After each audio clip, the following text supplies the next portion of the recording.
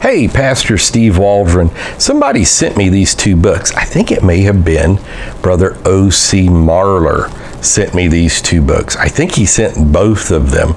And it's because I teach creation science in the Bible at Indiana Bible College.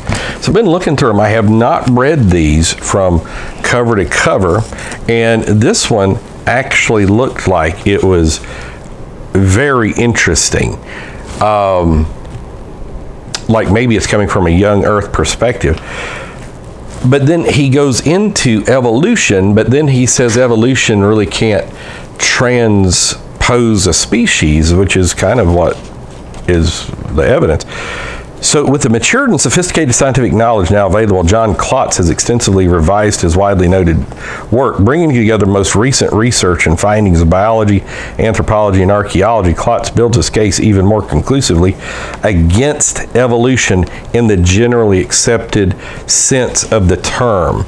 So that's what I was reading. I was trying to find out, what does he believe? So I'm reading all through this, and that's kind of what I found. That he believes that evolution can happen within a species, which most people would say that's microevolution or adaptability. Creationists believe that there's adaptability to certain environmental things and all this. But you just can't go from bacteria to bogman or something like that. So Klotz, who graduated from Concordia Theological Seminary, St. Louis, and received his PhD in biology from the University of Pittsburgh, is well qualified to examine the issue of evolution. He neither prostitutes his stature as a distinguished biologist nor sacrifices his Christian scholarship. While he challenges one of the sacred cows of science, he is no less critical of some beliefs held within the church. And an interesting thing, in 1956, the American Library Association Religious Books Roundtable named Genes, Genesis, and Evolution to its list of the 50 outstanding religious books of 55 and 56. He's presently professor, and this is old, chairman of the Division of Natural Science at Concordia Senior College, Fort Wayne, Indiana. He's secretary of the Committee of Research, the Lutheran Church Missouri Synod, and vice president of the Lutheran Academy of Scholarship. So it's done by Concordia Lutheran Publishing House. And I think the Missouri Lutherans just a few years ago said they're six-day creationists now. Now this one is Primogenesis, the story the Bible tells by Howard B. Rand. And it looked a little more, Destiny Publishers, like a straight creationist kind of book. And I love these printed in the United States of America. And this is third edition, June 64. And I'll just show you what it looks like on the inside.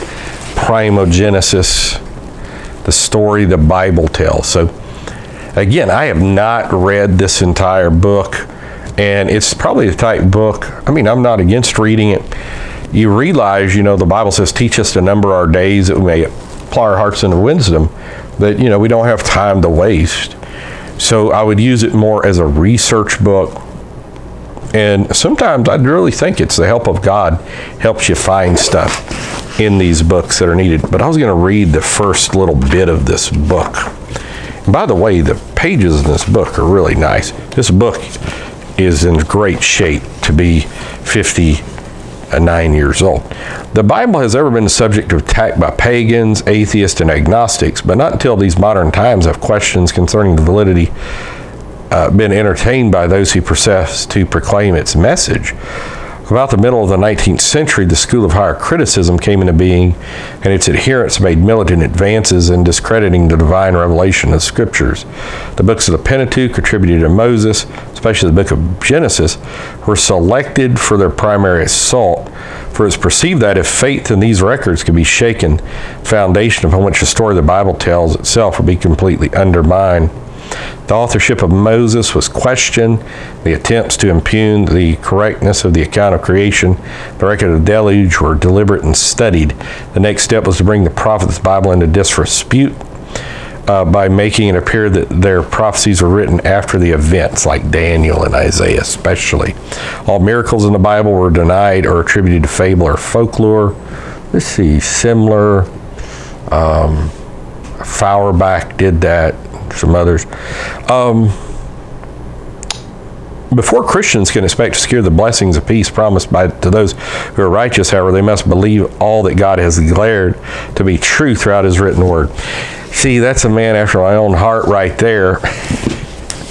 So these two books, if you're interested in creation, I haven't checked on eBay, and that varies so much anyhow. Sometimes you can find them for $4 and sometimes they're $40. Not these particularly, but books, they just vary. These may be two books you want. Maybe you're collecting books on creation science. These two. So Genes, Genesis, and Evolution by Klotz and Primogenesis by Rand. Not Ayn Rand. So God bless. Thanks for being here. Check out our other videos. Check out our playlist. We'll see you later. Oh, subscribe and hit the bell notification as well. Share. Put it on social media. We appreciate it. We'll see you. Bye-bye.